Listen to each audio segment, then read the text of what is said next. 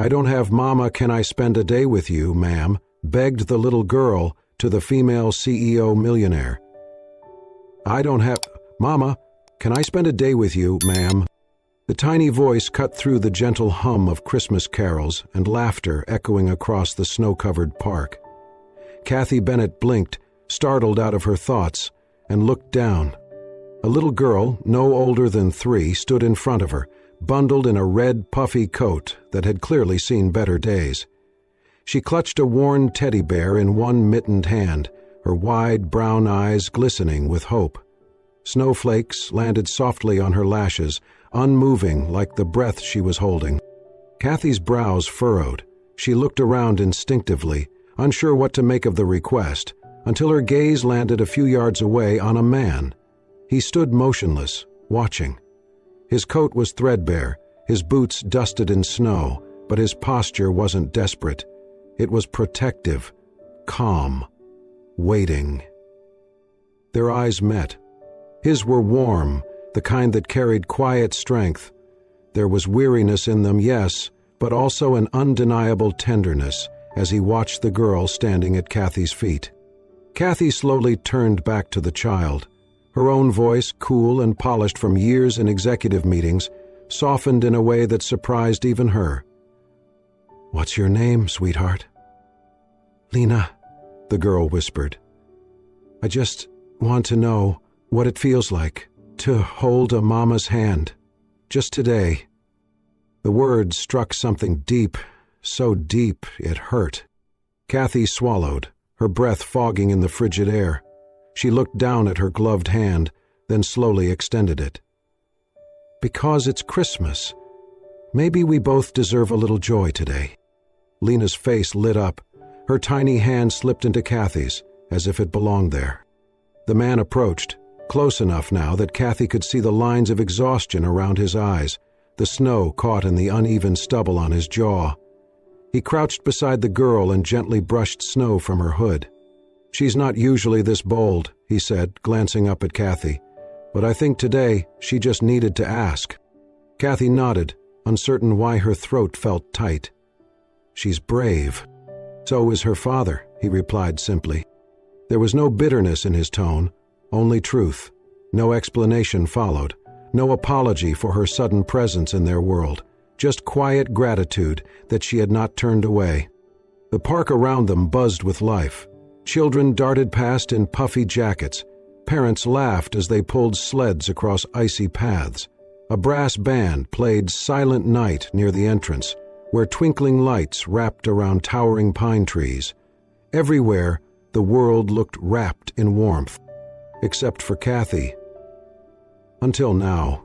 She was dressed impeccably, as always, a luxurious cream coat draped over her shoulders, heels swapped only recently for snow boots. Her hair, golden and flawless, framed a face that had graced magazine covers and Forbes profiles. But beneath it all she felt like glass, crisp, clear, and always a second away from shattering. In her handbag, buried beneath a silk scarf and her leather planner, sat a Christmas card from her executive board. It said, "Thank you for leading us through another record-breaking year."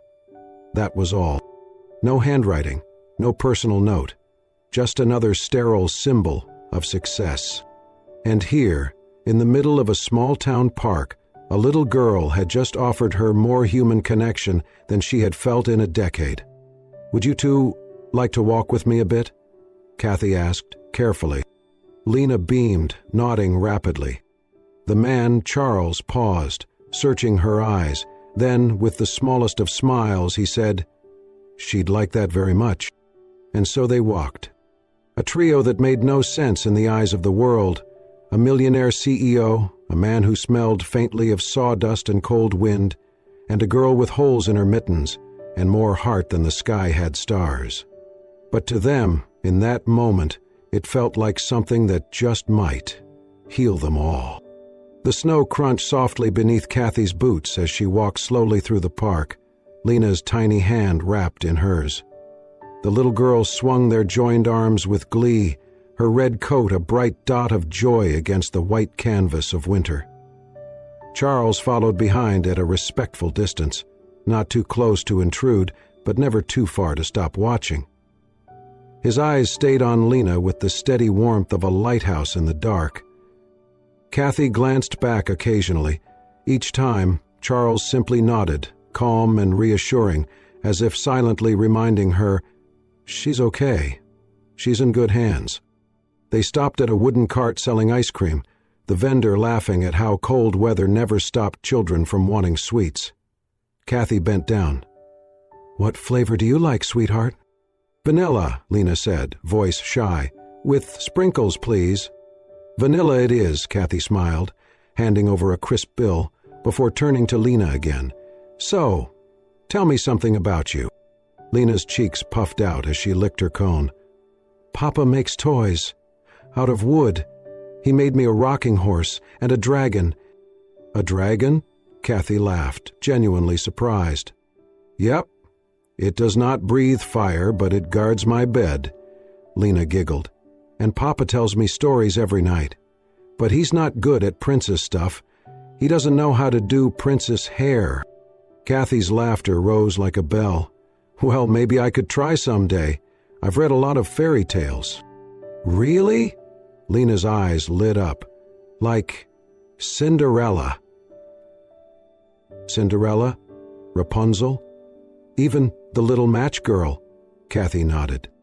"I love Match Girl," Lena whispered, more solemn now. "But she was cold." Kathy paused. She looked down at the child and gently brushed snowflakes from her coat hood.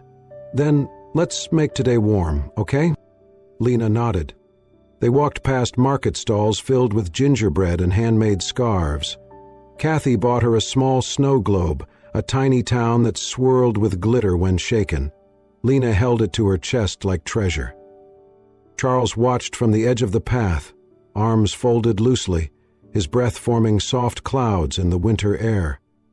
When Lena turned back to look for him, he smiled and gave her a quiet wave. She smiled in return before skipping back to Kathy. And just like that, the invisible thread between all three of them grew tighter. They took a selfie together in front of a large snowman. Kathy crouched to Lena's level, cheek to cheek, and for a brief second, she forgot the boardrooms, the charts, the years of silence echoing through a penthouse high above the city. Then came the moment. In the heart of the park stood a giant Christmas tree, glowing with thousands of golden lights, each bulb dancing like tiny stars. Kathy knelt beside Lena, helping her reach for a hanging ornament shaped like a bell. Lena hesitated, then leaned in close and whispered, "You're warm, like I always imagined Mama would be." The world went quiet. Kathy froze, not from the cold, but from the weight of that single, soft truth. Something deep inside her cracked open, a place she had sealed long ago with resignation and grief. She had once dreamed of a child. She had imagined lullabies, messy kitchens, sleepy hugs at bedtime. But life and its cruel twists had told her she was not meant for that. And yet here was this little girl, not hers, not planned, saying words she had longed to hear, from no one in particular, and now from the one heart that seemed to matter most. Kathy wrapped her arms around Lena and held her close.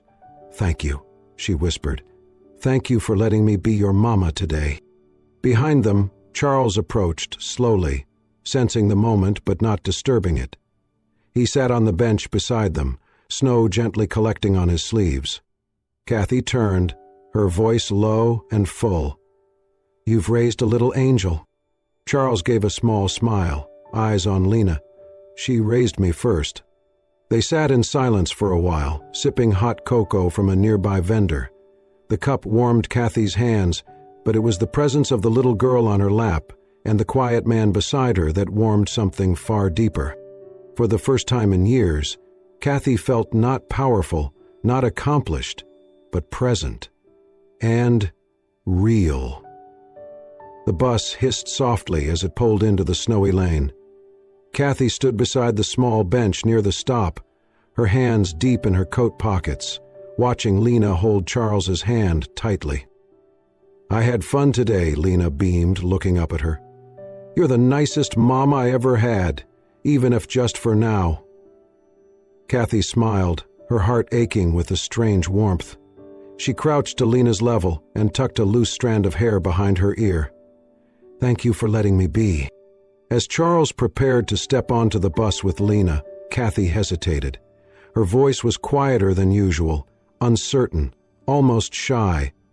Would it be okay if I saw her again? Charles paused, glancing at Lena, who was already tugging at his sleeve with pleading eyes. His face softened. If it makes her smile, I'll never say no.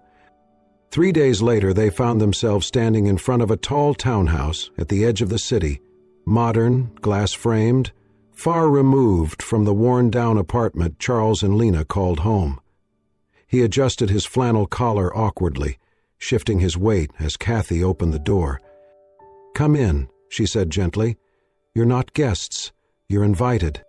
The inside was pristine but not cold. Soft lighting, wooden floors, a scent of cinnamon and something warm in the oven. Lena clapped her hands in delight. It smells like cookies! Kathy laughed and led her to the kitchen. That's because we're making some. Charles stood at the threshold, unsure. Everything was too clean, too quiet, too different.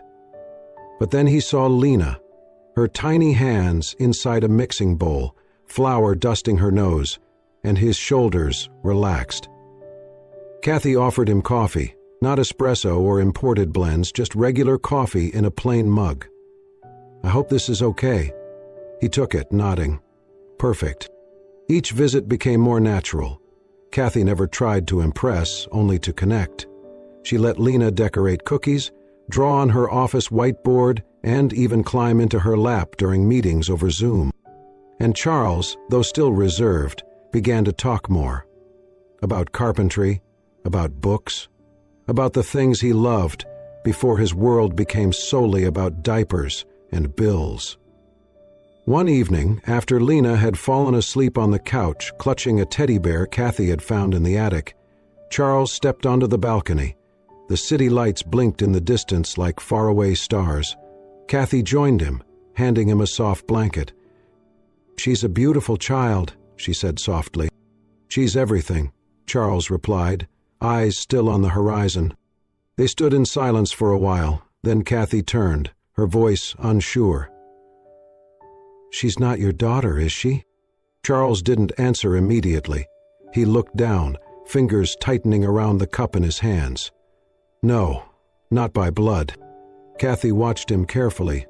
He looked back at her, his voice steady but thick with meaning. But by every heartbeat. That sentence hung in the air between them like something sacred. Kathy didn't speak. She didn't need to.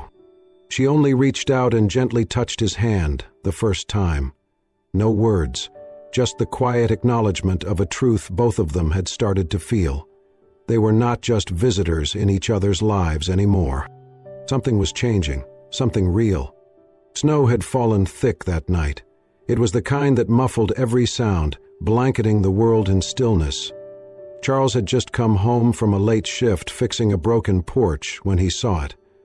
A small wicker basket sitting quietly at his doorstep. He froze. Inside was a baby. Tiny, wrapped in a frayed pink blanket with a bear stitched onto the corner. She had no name tag, no letter, no sign of who had left her, only a single sheet of lined paper, the ink smudged slightly by snowflakes. Please, don't hate her. He stood there for minutes, unmoving, staring into the infant's eyes. They were wide open, blue like frost, and unblinking. Charles did not know how to hold a baby. He had never changed a diaper, never warmed a bottle. But something about that gaze, calm and haunting, made walking away impossible. He took her in. That night, and many after, were a blur of crying, pacing, Googling how to sterilize bottles at 3 a.m., and sleeping in chairs. He sold most of what little he had, left his full-time job at the hardware store, started picking up odd jobs, fixing gutters, patching walls, mowing lawns, just enough to pay rent and buy formula. But she never lacked love. Every night, he read her fairy tales until she drifted off, holding his finger like it was the only anchor she had. When she cried, he hummed old songs he barely remembered, and when she took her first steps, he cried harder than she did when she fell. He named her Lena, not because it meant anything, just because it felt like hope. Sitting across from him now, Kathy listened in silence. They were in her kitchen, Lena fast asleep upstairs. A quiet warmth from the stove made the room feel smaller, more intimate. Charles spoke plainly, as if sharing a memory with no need for embellishment. "I was scared out of my mind," he admitted. "But I couldn't leave her there. I just couldn't." Kathy whispered, "Why didn't you call child services?" Charles smiled faintly, though his eyes didn't.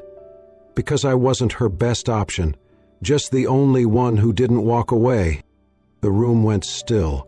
Kathy stared at him, her mouth slightly parted, but no words came. Her fingers curled around the edge of her cup. Then, almost involuntarily, she said, "When I was 27, I thought I was going to be a mother." Charles looked up. She continued, her voice low, steady. "I was in love. Or I thought I was. He said he wanted a future, said all the right things." She paused, swallowed. "We heard the heartbeat at 12 weeks. I cried. I had never felt joy like that. But at week 16, I had a complication, emergency room, cold hands. And later, a doctor with soft eyes told me it might be difficult, almost impossible, he said, to carry again." Charles said nothing. He only listened. Kathy kept her gaze on the dark surface of her tea. "He left. Said it was too much. Said I should focus on healing." She gave a short, humorless laugh. What he meant was, he didn't want the weight of loving someone who could not give him a child. There was silence again. Not uncomfortable, but deep, like two people finally showing their scars. "I never really cried," Kathy said, finally looking up. Because Kathy Bennett doesn't cry. Not in boardrooms, not in hospitals, not even in the dark. Charles studied her. Her expression was composed, elegant, but her eyes were breaking open. She added quietly, "It's not that I'm alone. It's that no one ever stays long enough to see the parts of me I try to hide." And there, in that kitchen, surrounded by snow and the ticking of a distant clock, something shifted. He didn't reach for her hand. Didn't say anything grand. He just looked at her, with eyes that didn't pity, didn't question, only understood. And for the first time in a long, long while, Kathy didn't feel like she had to be strong. She simply had to be. The days blurred gently into each other, and something in the Bennett household began to shift. Not in grand gestures or spoken promises, but in the smallest of routines. Kathy had started teaching Lena to write.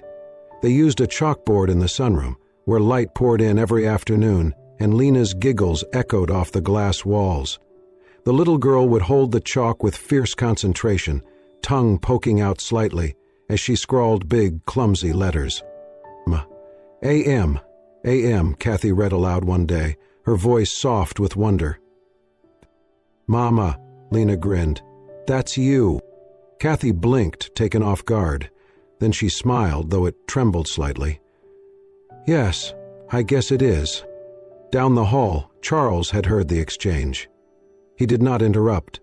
He simply leaned against the doorframe, arms crossed, a quiet storm of emotions passing through his gaze. Later that evening, while washing dishes, Charles watched as Lena climbed onto Kathy's lap and asked for a bedtime story. It was a routine that used to belong solely to him. He dried his hands slowly, heart heavier than he liked to admit. Kathy was careful. She never overstepped. She always glanced toward Charles, seeking unspoken permission before holding Lena's hand too long or kissing her forehead. But feelings did not ask for permission. She had fallen into a rhythm with Lena, and, without meaning to, she had fallen into a rhythm with Charles, too. He was nothing like the men from her world, no expensive cufflinks, no corporate arrogance. Just a man who could build a swing from nothing, who remembered how Lena liked her oatmeal, who fixed a leaky faucet without making it a performance. And he was kind, quiet but fiercely kind. Still, Kathy could feel the weight of something unspoken growing heavier between them. It wasn't the age. The breaking point came on a cool Saturday afternoon. Kathy had taken Lena out to the park while Charles stayed behind to finish repairing a shelf in the garage. They had laughed through a puppet show, shared ice cream, and picked daisies on a hillside near the duck pond. They were lying on the grass when Lena suddenly turned her head and asked, "Mama Kathy?" Kathy turned, brushing a lock of blonde hair from the child's forehead. "Yes, sweetheart?" Lena's eyes were wide, honest. "If I already have Mama Kathy, then do I still need Daddy?" Time stopped. Kathy froze, every muscle locking into place. Her breath caught. Her heart thudded too loud in her chest. She opened her mouth, closed it. Finally, she managed, "You will always need your daddy, Lena. He's your home." Lena nodded, satisfied, and returned to plucking petals from a flower. But Kathy could not shake the question. That night, she did not come in for dinner. She left a message saying something had come up. She needed space. Charles read it twice, then sat at the kitchen table, long after Lena had fallen asleep. Kathy sat alone in her car, parked just a block from her apartment, hands gripping the steering wheel, eyes fixed on nothing. She had thought the hardest part of letting someone in would be fear, but it was not. It was guilt. What if the love she was beginning to feel for Lena was a thief in disguise? What if every smile, every bedtime kiss, was slowly stealing something from Charles, something she had no right to take? And what if her feelings for Charles were not as one-sided as she had tried to believe? That thought scared her more than any boardroom failure ever had. She whispered into the silence, "I did not mean to take her from you." But the silence did not answer. It only asked one thing. What will you do with this love, now that it is real? And for the first time in years, Kathy Bennett did not have an answer. Kathy had disappeared. Not in a dramatic, storming out sort of way. She simply stopped calling, stopped texting. No more visits. No more shared dinners or chalkboard lessons. Just silence. Charles noticed it immediately.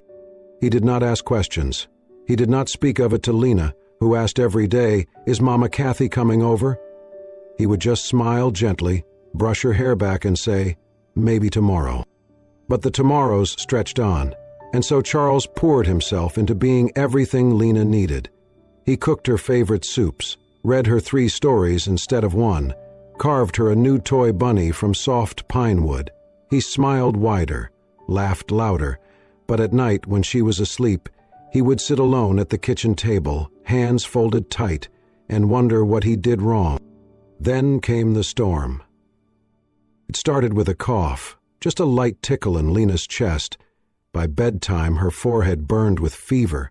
Charles stayed up with her all night, holding her little body against his chest, whispering lullabies even as panic settled deep in his bones.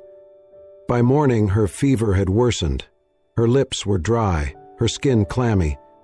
Outside, the snow fell hard, thick, and blinding. He bundled her up, wrapped her in every warm piece of clothing they owned, and carried her on foot through the icy wind to the nearest urgent care center. Inside, the waiting room was empty.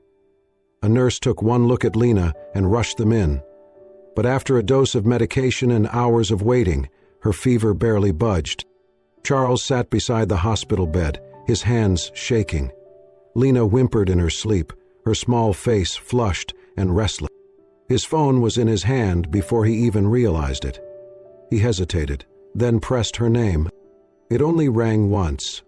20 minutes later, Kathy pushed open the hospital door, her coat still dusted with snow. She did not speak. She simply walked straight to Lena's bedside and knelt. Charles looked up at her. He had not seen her in weeks, and still, there she was. "Her fever won't go down," he said, voice barely audible.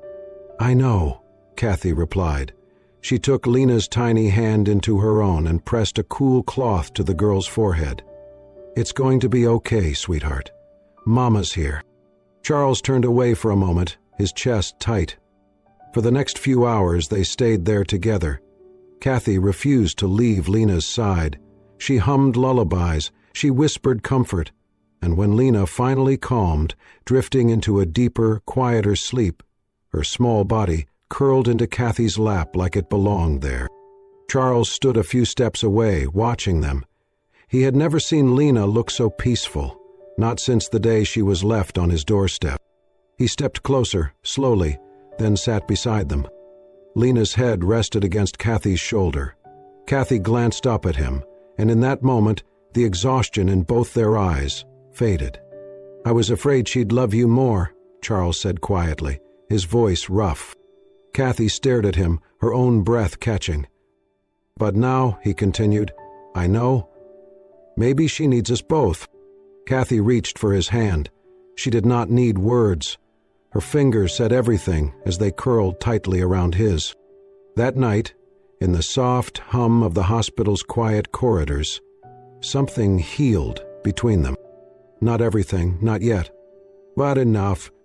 And for the first time in weeks, neither of them felt alone. 1 year later, snow blanketed the small hilltop cottage in soft, glistening white.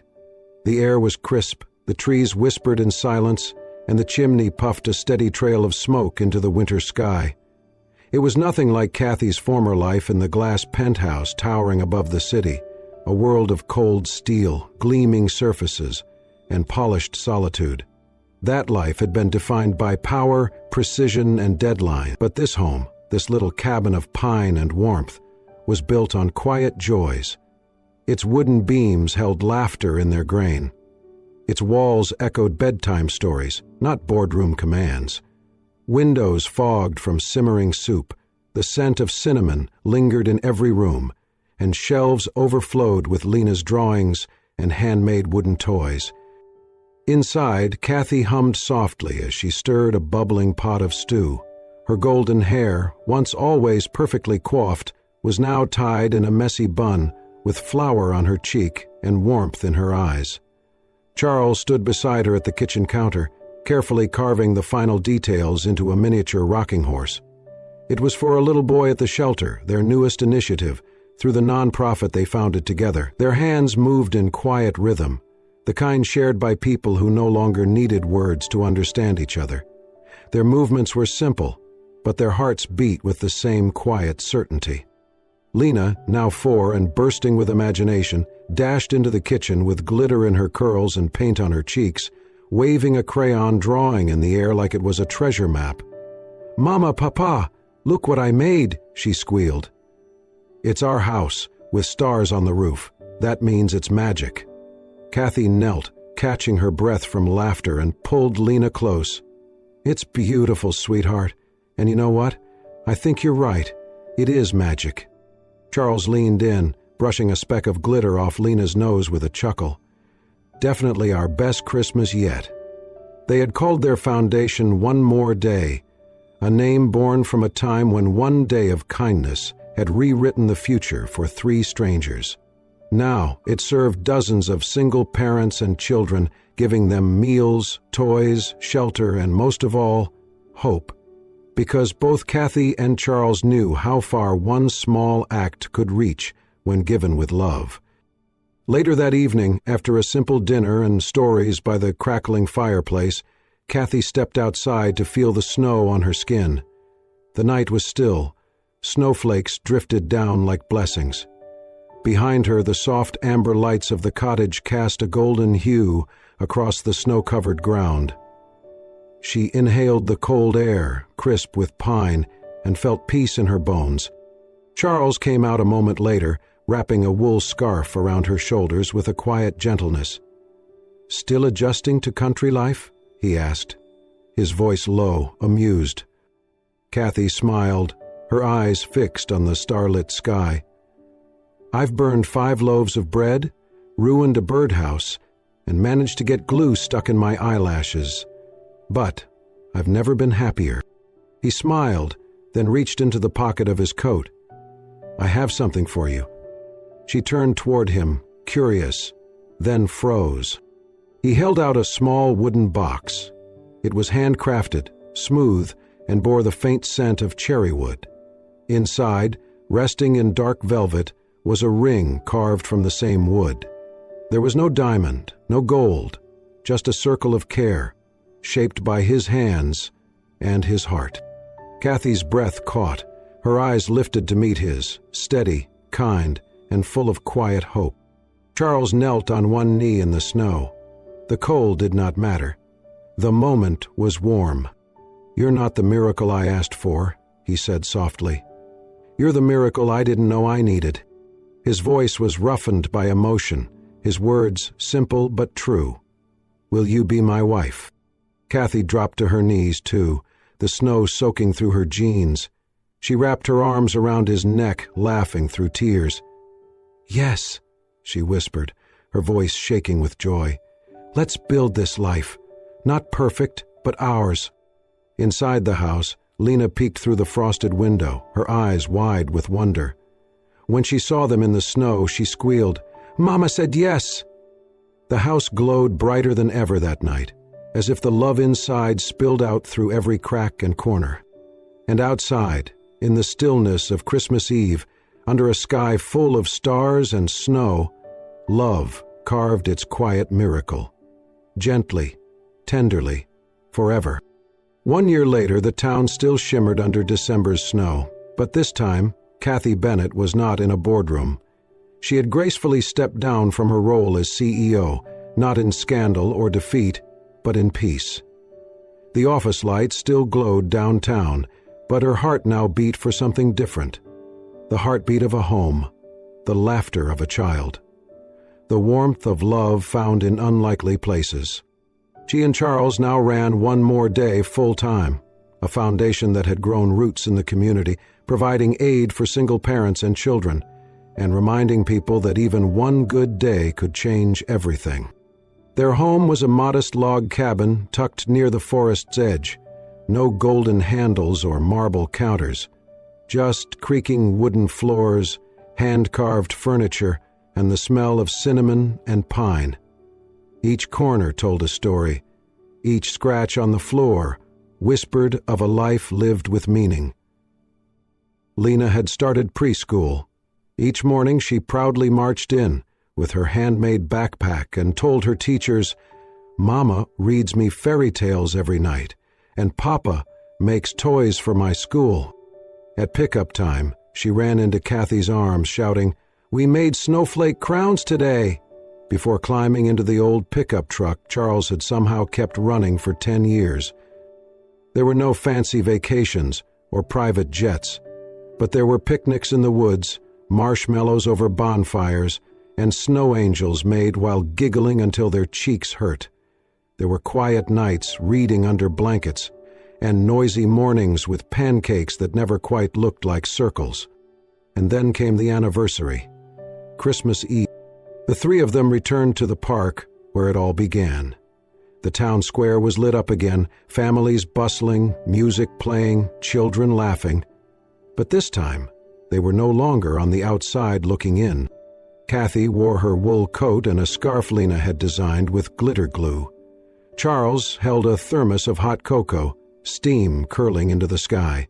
And between them, holding both their hands, was Lena, now taller, still in a red coat, but with eyes that sparkled brighter than the Christmas lights. They walked slowly, past the same bench where Kathy once sat alone. Lena tugged both their hands. "Can we spend every day together forever?" Charles looked at Kathy. Kathy looked at Charles. Their hands tightened around Lena's. "Forever and ever," they said in unison. Lena stopped, threw her arms around their legs, and looked up with that old soul in her eyes. "I don't have Mama," she said, then smiled. "But now I have Mama Kathy, and it's forever." Kathy knelt, tears in her eyes. "Yes, sweetheart, forever." They embraced as snow began to fall, soft, silent, and gentle as a promise kept. And in the quiet of the evening, with lights twinkling and music drifting in the distance, the family stood whole, complete, not by blood, not by plan, but by choice. If this story touched your heart the way it touched ours, we invite you to keep the warmth alive. Every soul has a story, and every story has the power to heal, inspire, and bring light to someone's darkest hour. Hit the like button if Lena's wish made you tear up, and share this story with someone who still believes in second chances, found families, and Christmas miracles. I'm Uzi Siburo, BSW 5 names, CEW 1EOME Blue. Because sometimes, one simple question can change a lifetime. Thank you for watching. We'll see you in the next story.